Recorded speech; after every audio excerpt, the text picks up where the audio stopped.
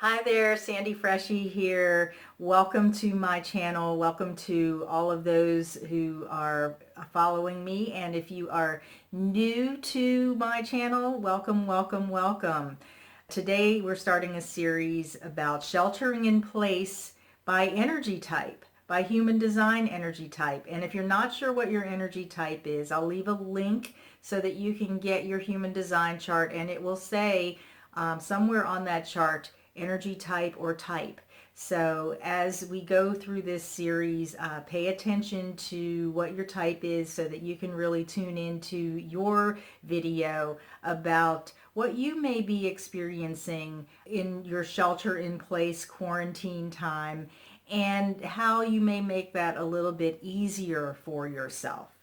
So today we're going to be talking to the manifestors in the house. And those of you who have manifestor loved ones who are sheltering in place for the first time, maybe they work outside the home and now they're working from home, you may find a lot of insight from watching this video as well. So manifestors, I am not a manifestor energy type, so I really invite your comments about your personal experiences with this. So please feel free to leave your comments to talk about what your experiences are. Now, from what I know from working with manifestor clients, from having manifestor friends and colleagues, this is what I can tell you.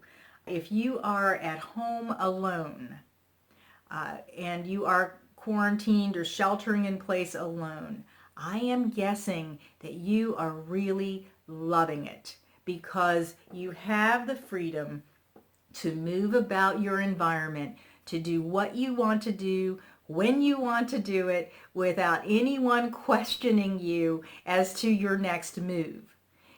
So if you're at home alone and you're loving this, don't feel guilty about it. It's kind of like you're in your element. You're free to kind of stretch out your aura, to stretch out your energy, and to move in the ways that you feel you want to move, and to move in an unrestricted way.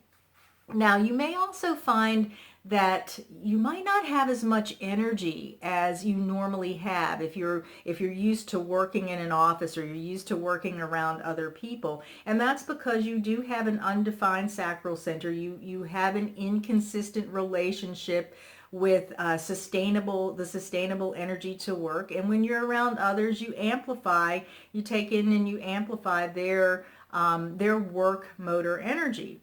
So this is a perfect time, and you're probably already doing it. Like if you feel tired, you just go and you lay down and you take a nap and you follow your body's natural rhythm without having to be restricted or obligated to someone else's schedules and expectations.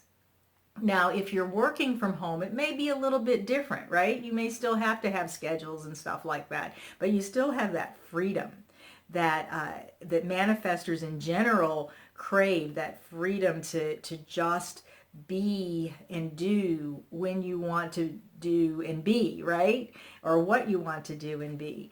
But you may also find that those coworkers that you have, if you're working remotely, or your boss may actually be kind of on your tail a little bit, wanting to know what you're doing. Maybe they're not even voicing it, but they may be suspicious about what you are doing or not doing at home. And if this is kind of cramping your style, remember that you have that strategy to inform. And this is a great opportunity to kind of keep your team informed, keep your boss informed on a regular basis, because they can't feel your energy field. Like when you're around them in the regular workspace, they can kind of feel and surmise what your next move is going to be, or what you're up to, or what you're focused on, or something like that. And they can't feel that while you're sitting at home.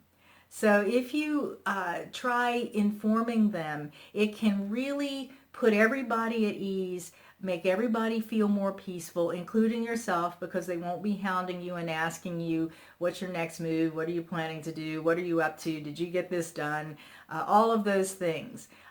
So try that out and let me know how that works for you.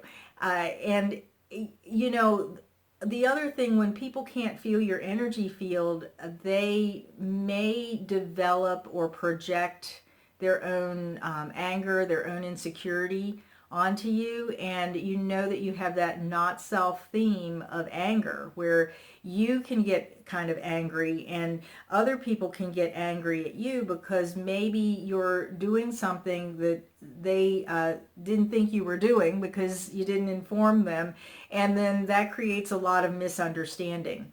So that this is an opportune time for you to really hone your informing skills to that higher, more empowered level, to being proactive about how you're using your energy and how you're connecting with others and impacting others through this skill of informing. Now, if you're at home with others, like if you're cooped up in the house with your children and your partner for longer periods of time than what you're used to, you may actually be feeling quite restricted by that. And if that's the case, again, this is a great time to hone your informing skills. And it may seem very trivial, but here, let's use this example of playing with your children. Let's say you're in the playroom with your children. You're they're really loving your energy. They're loving the interaction that they're having with you because maybe you're not home all the time. And you decide you want to go and get something to drink. That's a great time to just stand up and say, okay, kids, I'll be back in a moment. I'm going to go get something to drink. Maybe even get them something to drink, and then watch what happens with them. Watch and see if they follow you, if they stay where they are and play peacefully in the room where you were playing until you come back. Another way to practice this is like when you're feeling overwhelmed and tired because you're among these other people that maybe, these other energies that maybe you are not used to being around all the time. That's a great time to really practice informing others, the others in your house, that you're just going to go to the bedroom and take a nap and close the door, and that you don't want to be disturbed. And being very clear about that will probably make you feel more peaceful. And then you can observe what happens with those that you inform, with the people in your house that you inform, because you may find that they settle down and they're more peaceful as well. So I hope that you can enjoy this time or make the most of this time as you're sheltering in place. And I wish you the highest levels of well-being that you can possibly attain or live at this time, and the highest levels of joy and inner peace. And until the next time, be well.